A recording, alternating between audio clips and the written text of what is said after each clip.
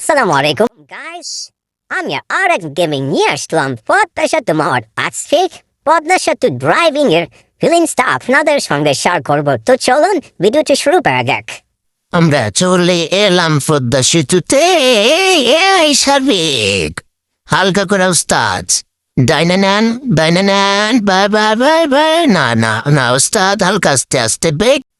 উস্তাদ সামনে হানিয়ে পাচ্ছে, বানিয়া ফুলটা হবে হানিফ দিয়েছি পরে, তারপরে কে গোল্ডেন লাইন। উস্তাদ ভালো করে থেকে শুনে উস্তাদ বানিয়া সোজা টান হবে, টান হবে।